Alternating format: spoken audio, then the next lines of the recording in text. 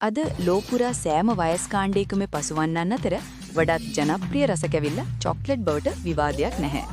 නමුත් අපාද රස විඳින මේ මිහිරි චොක්ලට් වල ඉතිහාසය වසර 4000කට වඩා ඈත අතීතයකට දිව යනවා. චොක්ලට් වල මූලාරම්භය සිදු වුණේ මධ්‍යම ඇමරිකාවේ. පුරාණ මායා ශිෂ්ටාචාරී වැසියන් කොකෝවා බීජ හැඳින්වූවේ දෙවියන්ගේ ආහාරයක් ලෙසයි. එදා ඔවුන් මේ පානය කළේ අද මෙන් පැණි රසට නොව මිරිස් සහ විවිධ කුළුබඩු මිශ්‍ර කළ පිත්ත සහ සැර පානයක් ලෙසයි. පසුකාලීනව ඇස්ටෙක් ජාතිකයන් කොකෝවා බීජ කෙතරම් වටිනා සම්පතක් ලෙස සැලකුවාද කිවහොත් ඔවුන් ඒවා මුදල් ඒකකයක් ලෙස පවා භාවිතා කළා.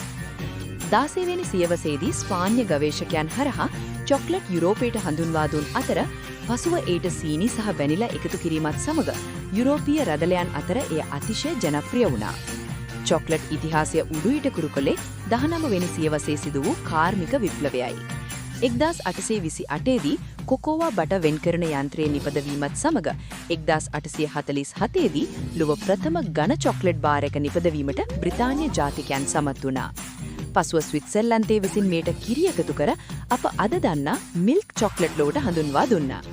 පුරාණ වනාන්තරවල තිත්ත පානයක් ලෙස ඇරඹි චොක්ලට් අද වන විට ලොව වඩාත්ම ආදරය කරන ඩොලර් බිලියන ගණනක දැවන්ත කර්මාන්තයක් බවට පරිණාමය වී තිබෙනවා.